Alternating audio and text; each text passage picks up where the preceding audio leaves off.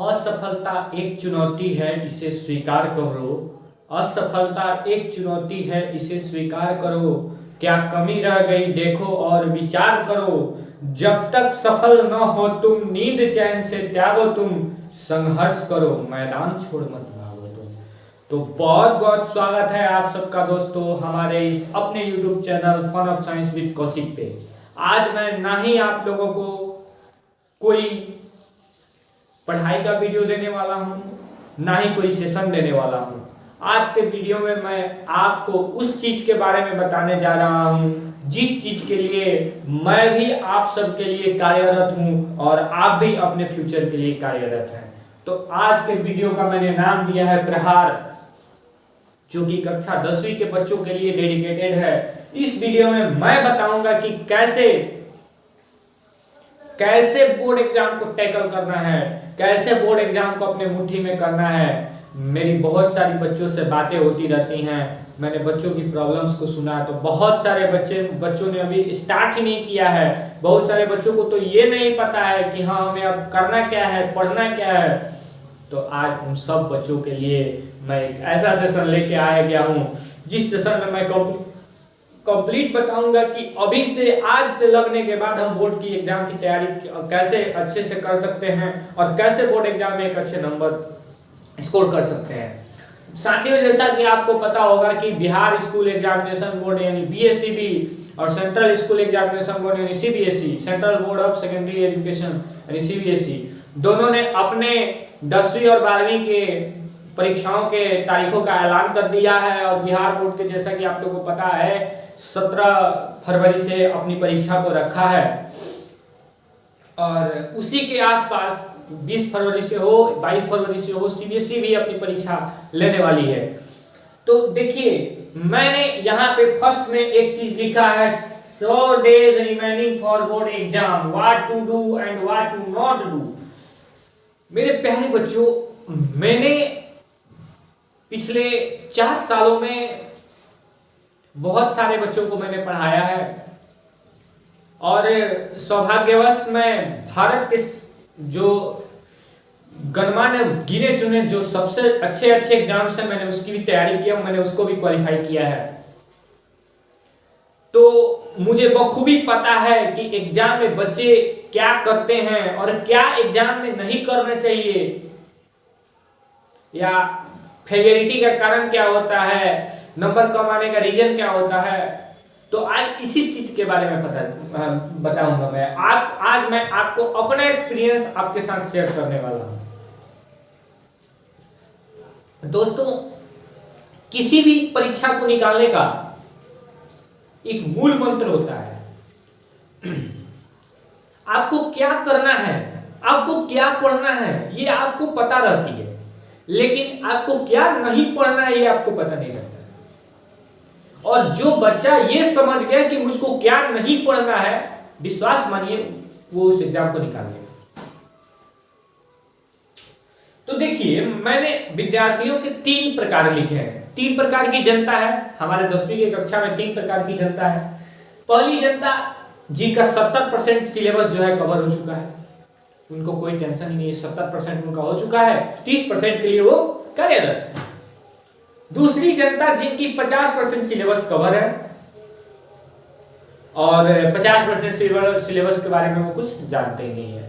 तीसरी जनता है जो सिर्फ 10% यानी पढ़ पाई है, जो अभी से सीरियस हुए हैं और बाकी नहीं पढ़। इन सब के लिए, और देखिए कुछ एक और प्राणी आ जाते हैं जिन्होंने अभी शुरुआत ही नहीं किया, उनको भी मैं इसी कैटेगरी में रखता हूं।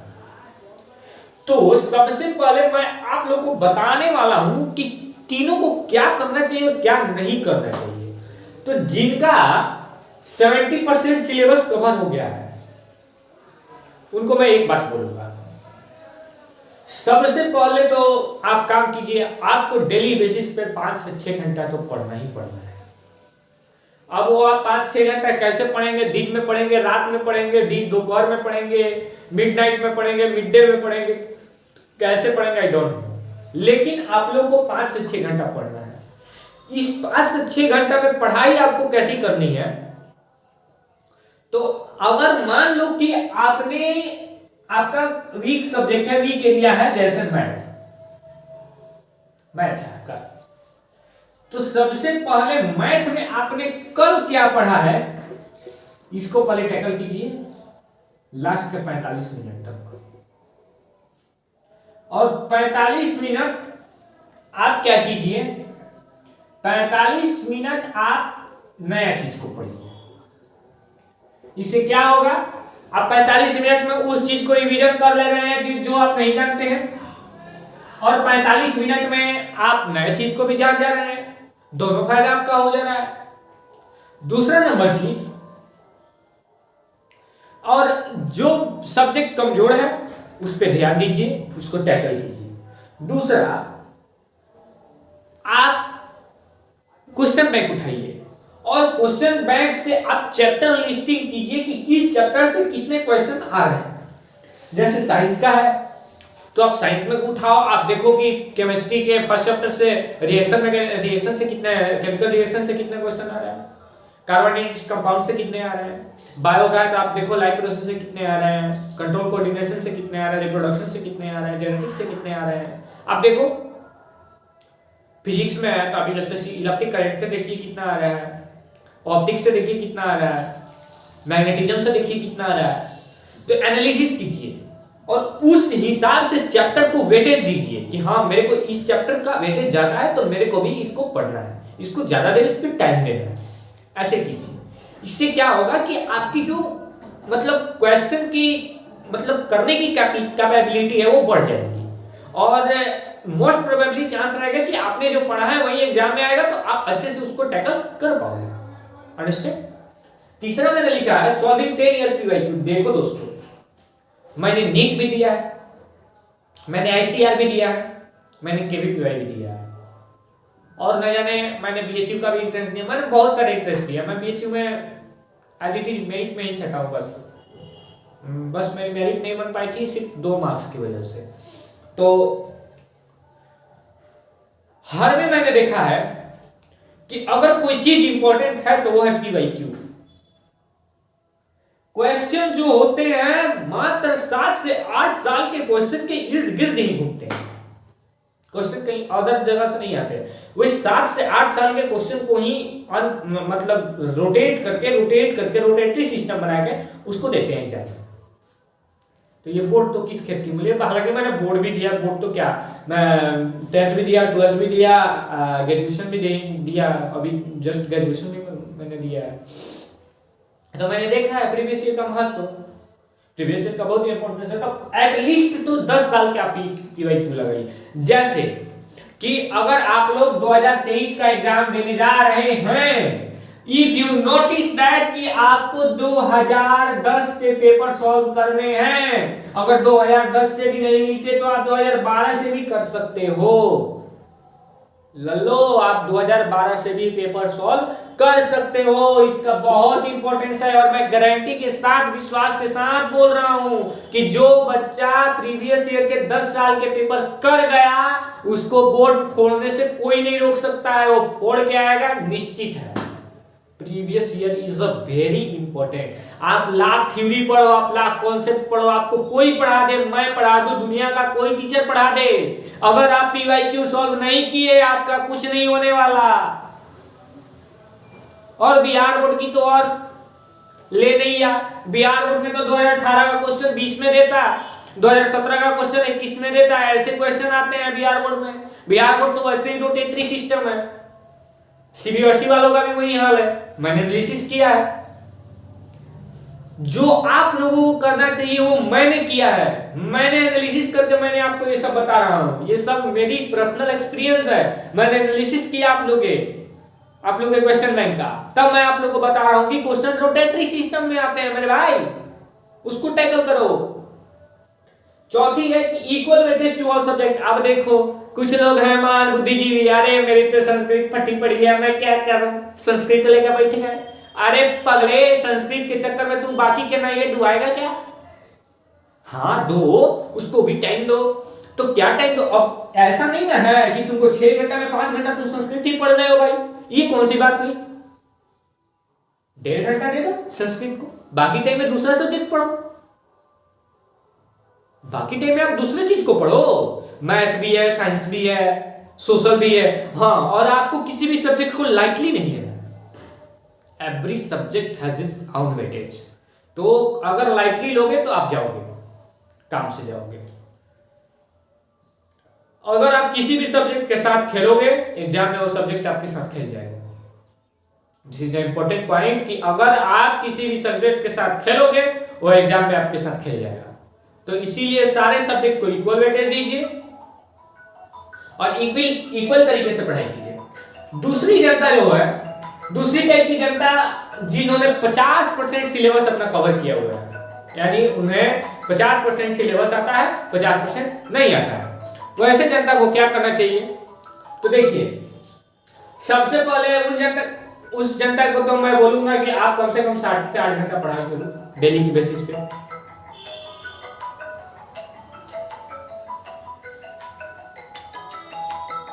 देखिए, दूसरी प्रकार की जो जनता है, दूसरी प्रकार की जनता जिनका 50% सिलेबस कवर है, 50% सिलेबस कवर है, उनको क्या करना चाहिए? तो भाइयों मेरे लल्लो, आपको कम से कम 7 से 8 घंटा पढ़ना ही होगा। चाहे आप जो भी कर लो, आपको पढ़ना है 7 से 8 घंटा, आपको कैसे भी करके पढ़ना है तो पढ़ना है। अब देखिए, उनको भी वही काम करना है कि चैप्टर का एनालिसिस करना है और इंपॉर्टेंट चैप्टर। मान लो, जैसे कि मैं एग्जांपल देता हूं कि मान लो कि आप सपोज करो पढ़ रहे हो, आपका कार्बन एंड इट्स कंपाउंड खत्म नहीं है, कंपाउंड खत्म नहीं है, आपका पीरियोडिक टेबल खत्म नहीं है, आप करोगे क्या? तो भाई पीरियोडिक टेबल से कम क्वेश्चन आते हैं, कार्बन इस कंपाउंड से ज्यादा आते हैं, तब भी भाई पहले इसको कर ले, बाद में उसको करना। पहले आप इसको करो, फिर इसको करना भाई, इट इज इंपॉर्टेंट,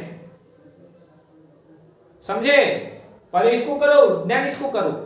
तो आप वेटेज देखो कि किसका वेटेज ज्यादा है, मैंने किसको छोड़ा है, किसको पकड़ा है, उसको उस हिसाब से आप पढ़ाई करो।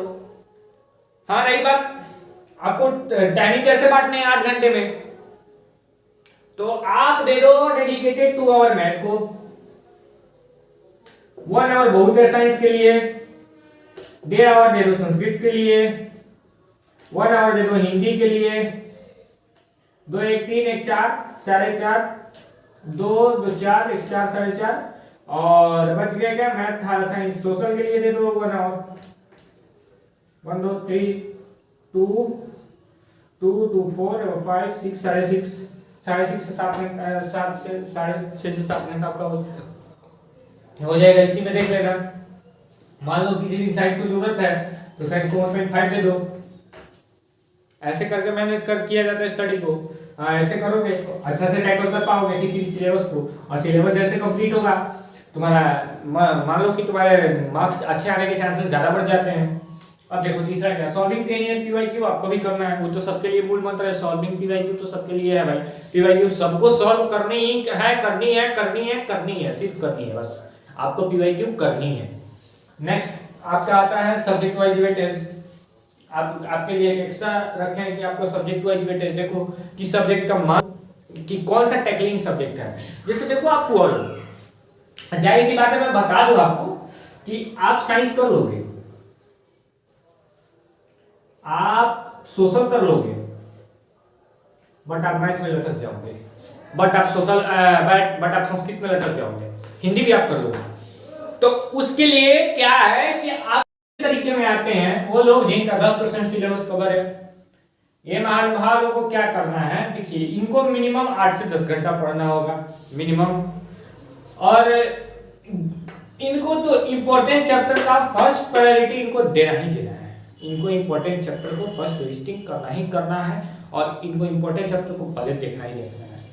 उसके बाद इनको 10 साल के प्रीवियस ईयर क्वेश्चन सोल्व करने होंगे सब्जेक्ट वाइज वेटेज के हिसाब से, बट मैथ और संस्कृत को अच्छे तरीके से ध्यान देना होंगे, मैथ और संस्कृत को अच्छे तरीके से पढ़ने होंगे।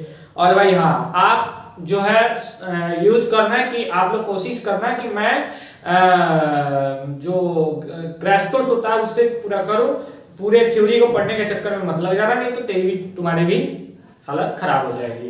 देखो एक देखिए, क्योंकि ये जरूरी होता है। देखो, पैनिक होकर नहीं पढ़ना है। नॉर्मल वे में जैसे पढ़ते हो वैसे पढ़ो, कोई टेंशन की बात नहीं है, आराम से पढ़ो, आराम से टैकल करेंगे, आराम से क्रैक करेंगे, कोई दिक्कत की बात नहीं है। देखो, जैसे मैंने जब अपना 10th दिया था, तो मैं 10th में जिस दिन सबसे कम पढ़ा था उस दिन 7 घंटा पढ़ा था। 7 घंटे से ज्यादा मैंने 10-10 घंटा 12-12 घंटे ऐसे ऐसे पढ़ाई की थी। नंबर कितने हैं? 351, 351। और आईएससी में मैं जिस दिन सबसे ज्यादा पढ़ा उस दिन 6 घंटा पढ़ा। नंबर कितने आए? 365। दोनों में अंतर देख लो, इससे ज्यादा है। क्यों आए? क्योंकि मैं ना ब्रेन जो है ना, मैंने उस तरीके से साफ कर लिया था कि मेरे को क्या पढ़ना है। तो आप पढ़ने का प्लानिंग करके पढ़ो कि मेरे को आज ये चीज, अब जैसे बैठ रहे हो किसी चैप्टर को पढ़ने, तो आप प्लानिंग करो कि मेरे को ये चैप्टर खत्म कर देने हैं, चाहे वो जैसे भी हो, और उसको खत्म किए बिना मुझे नहीं उठना है। मेरे को ये टारगेट किए कंप्लीट किए बिना नहीं उठना है। आप ऐसा नहीं कि आप मस्ती नहीं करो, मस्ती भी करो, लेकिन आप पहले अपना टारगेट पूरा कर लो, उसके बाद मस्ती करते रहो, जो भी करते रहो करते रहो, बाकी आप पढ़ते रहो अच्छे से। स्वस्थ रहिए, मस्त रहिए, मुस्कुराते रहिए। धन्यवाद, जय हिंद।